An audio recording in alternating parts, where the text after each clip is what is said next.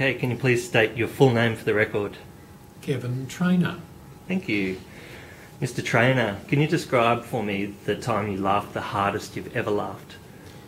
It was when Peter was talking about an incident with a cat and some excreta that had landed on this posh person's clothes.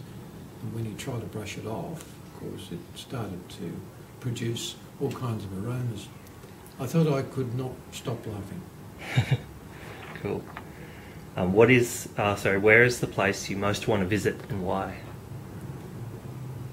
The place that I want to visit again is Leroy, and I've got some very fond memories of Leroy, of all the camping trips that we went on, and I can't claim that that was the place that I found, because it was Dick who found the place. But what I can claim is I suspect that Nicholas was conceived at Leroy. Right. What did you think of high school? Oh, well, high school was the absolute making of me. I came from a rural school with 35 children in the school, and at 10 years of age, I was in Form 1, or Year 7. Now, that didn't augur too well in a school of over 400 kids.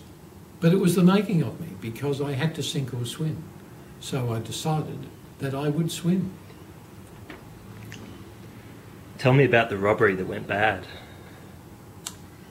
Well, the robbery that went bad is really a story, a tribute to a hero who is Bob Gow, who was the manager of a branch that was held up by an armed gunman.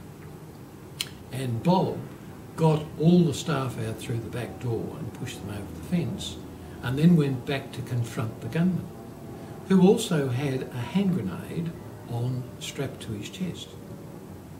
So Bob offered himself as a hostage and was taken out the front of the bank, where there was a great armada of police gathered, and disarmed the robber, knocked him unconscious, and retrieved the hand grenade. What a hero. That's a good story. True story. Who is your favourite person in the whole world? Well, I've got a number of heroes. I have a difficulty trying to separate them in a kind of hierarchical way, but I would say the person who's had the most influence over me, probably two. One is my friend Peter, who I've known for over 65 years, and the other one is Pam, who I've known for a much shorter length of time, really for 25, 26 years, and not really had that much contact with her in the last 20 years. So they would be the two I'd select. If you could live in any country, which would you live in? I'd live in Australia. That's the best place, I think.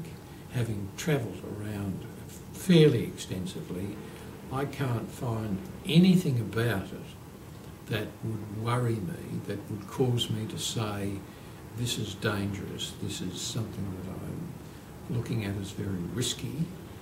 I just feel as though other countries, although I've only been to New Zealand and to Zambia, other countries don't offer that same security. If you were going to be in a movie, what would the movie be about? Oh, well, the movie would be one of a couple of subjects. Maybe football would be one of them, or something to do with bird photography. That would be the second one. If you ever met an alien, what would you ask them? Well, I'd ask them who they barrack for, first of all, because probably that would be a question that they wouldn't be able to answer, but it wouldn't matter what question I asked him, he wouldn't be able to answer it anyway.